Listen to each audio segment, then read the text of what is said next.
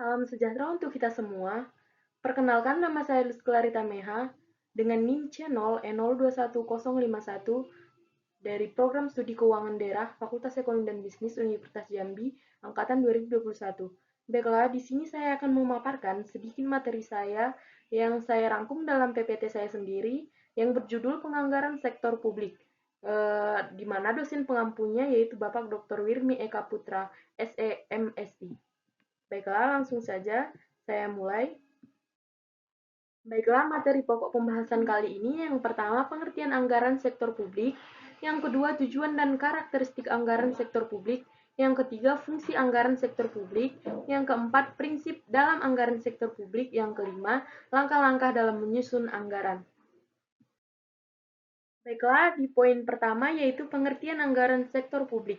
Anggaran sektor publik merupakan rincian seluruh aspek kegiatan yang akan dilaksanakan yang tersusun atas rencana pendapatan dan pengeluaran yang akan dilaksanakan dalam kurun waktu 1 tahun. Anggaran sektor publik dibuat untuk membantu pemerintah dalam menentukan tingkat kebutuhan masyarakat seperti listrik, air bersih, kualitas kesehatan, pendidikan, dan lain sebagainya agar terjamin secara layak dan tingkat kesejahteraan masyarakat efektif. Pemerintah menggunakan anggaran sebagai alat untuk merancang semua program kerja atau langkah-langkah yang akan dilakukan sehingga setiap aktivitas dapat terarah dan terkontrol dengan baik. Anggaran sektor publik menjadi kendali dan tolak ukur setiap aktivitas yang akan dilakukan. Yang kedua, yaitu tujuan dan karakteristik anggaran sektor publik. Anggaran bagi sektor publik adalah alat untuk mencapai tujuan dalam memberikan pelayanan kepada masyarakat yang dimana tujuannya adalah meningkatkan pelayanan publik dan kesejahteraan masyarakat. Proses penganggaran organisasi publik dimulai dengan perencanaan strategis dan diterselesaikan dengan perencanaan operasional. Anggaran sektor publik harus dapat merefleksikan keinginan masyarakat dan prioritas kebutuhan, serta dapat menentukan penerimaan dan pengeluaran pemerintah pusat atau pemerintahan daerah. Karakteristik anggaran sektor publik. Yang pertama, anggaran dinyatakan dalam satuan keuangan. Yang kedua, anggaran umumnya mencakup jangka waktu tertentu. Yang ketiga, anggaran berisi komitmen atau kesanggupan manajemen untuk mencapai target. Yang keempat, sekali disusun, anggaran hanya dapat diubah dalam kondisi tertentu. Yang ketiga, ada fungsi anggaran sektor publik. Muhammad Mahsun, Firma Sulistiyowati, dan Haris Bertus Andre Purwanggraha 2006 menjelaskan fungsi anggaran sektor publik adalah sebagai berikut. Yang pertama, anggaran sebagai alat perencana. Yang kedua, anggaran sebagai alat pengendalian. Yang ketiga, anggaran sebagai alat kebijakan fiskal. Yang keempat, anggaran sebagai alat politik. Yang kelima, anggaran sebagai alat koordinasi dan komunikasi. Yang keenam, anggaran sebagai alat penilaian kinerja. Yang ketujuh, anggaran sebagai alat pemotivasi. Dan yang kedelapan, ada anggaran sebagai alat untuk menciptakan. Anggaran yang dimiliki oleh suatu negara mengandung 3 fungsi fiskal utama, yaitu yang pertama fungsi alokasi. Pemerintah mengadakan alokasi terhadap sumber-sumber dana untuk mengadakan barang-barang kebutuhan perseorangan dan sarana yang dibutuhkan untuk kepentingan umum.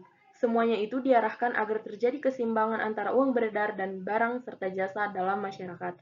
Yang kedua, fungsi distribusi. Pemerintah melakukan penyeimbangan, menyesuaikan pembagian pendapatan dan mensejahterakan masyarakat. Yang ketiga, fungsi stabilisasi. Pemerintah meningkatkan kesempatan kerja serta stabilitas harga barang-barang kebutuhan masyarakat dan menjamin selalu meningkatkan pertumbuhan ekonomi yang mantap. Yang keempat, ada prinsip dalam anggaran sektor publik. Dalam menyelenggarakan atau melakukan penganggaran keuangan negara terhadap prinsip-prinsip yang menyertai pula. Prinsip-prinsip tersebut antara lain adalah sebagai berikut. Yang pertama, otorisasi oleh badan legislatif. Dalam menetapkan suatu anggaran keuangan, negara atau anggaran sektor publik, anggaran tersebut terlebih dahulu harus mendapatkan otorisasi dari pihak-pihak legislatif sebelum akhirnya berada pada eksekutif dan akhirnya melakukan pembelanjaan pada anggaran tersebut. Yang kedua, komprehensif. Anggaran yang dibuat haruslah menunjukkan semua penerimaan dan juga pengeluaran pemerintah. Maka dari itu, adanya dana atau anggaran non-budgetir pada hakikatnya mengingkari prinsip anggaran yang sifatnya komprehensif. Yang ketiga, ada keutuhan anggaran. Selanjutnya adalah prinsip keutuhan anggaran, yakni semua penerimaan dan belanja pemerintah haruslah terhimpun di dalam dana umum. Yang keempat, non-discretionary appropriation. Artinya yang disetujui oleh pihak Dewan Legislatif harus bisa dimanfaatkan secara ekonomis, efektif, dan efisien. Yang kelima, periodik. Anggaran adalah suatu proses yang sifatnya periodik, dapat tahunan ataupun multitahunan. Yang keenam, akurat. Estimasi anggaran seharusnya tidak memasukkan cadangan yang tersembunyi, yang mana ini menyebabkan pembengkakan dan pemborosan, serta inefisiensi anggaran, yang mana bisa menyebabkan munculnya underestimate pendapatan dan juga overestimate pengeluaran. Ini juga berarti anggaran yang ditulis benar-benar tepat dan sesuai dengan apa yang dibutuhkan. Yang ketujuh, jelas. Dalam melakukan penganggaran, anggaran harusnya dibuat secara sederhana, dapat dipahami masyarakat, dan juga tidak membuat bingung orang lain dalam membacanya. Yang ke-8, diketahui publik. Prinsip selanjutnya adalah anggaran yang dibuat haruslah disebarluaskan atau dengan kata lain diinformasikan kepada masyarakat luas dan terdapat kemudahan untuk mengaksesnya. Dan poin yang terakhir atau kelima yaitu langkah-langkah dalam menyusun anggaran. Penyusunan anggaran dalam satu perusahaan sangat penting dan erat hubungannya dengan manajemen, terutamanya yang terkait dengan penyusunan rencana atau planning, pengkoordinasian kerja atau coordination, dan pengawasan kerja atau controlling. Yang pertama, tahap penentuan atau pedoman perencanaan anggaran. Yang kedua, tahap persiapan anggaran. Yang ketiga, tahapan penentuan anggaran. Ada 3 tahapan dalam penetapan anggaran, diantaranya yang pertama, setiap pegawai dari setiap sektor mengulas dan membicarakan dari hasil penyiapan yang sudah dilaksanakan supaya anggaran belanja yang diatur nanti sanggup menampung keperluan setiap bagian. Kedua, koordinasi dan penelaahan komponen anggaran belanja yang sudah diatur. Yang ketiga, legitimasi dan pembagian anggaran yang rata ke semua bagian. Dan nomor 4 ada tahapan pelaksanaan anggaran. Baiklah, terima kasih saya ucapkan. Sampai di sini saja materi yang bisa saya paparkan melalui PPT saya sendiri.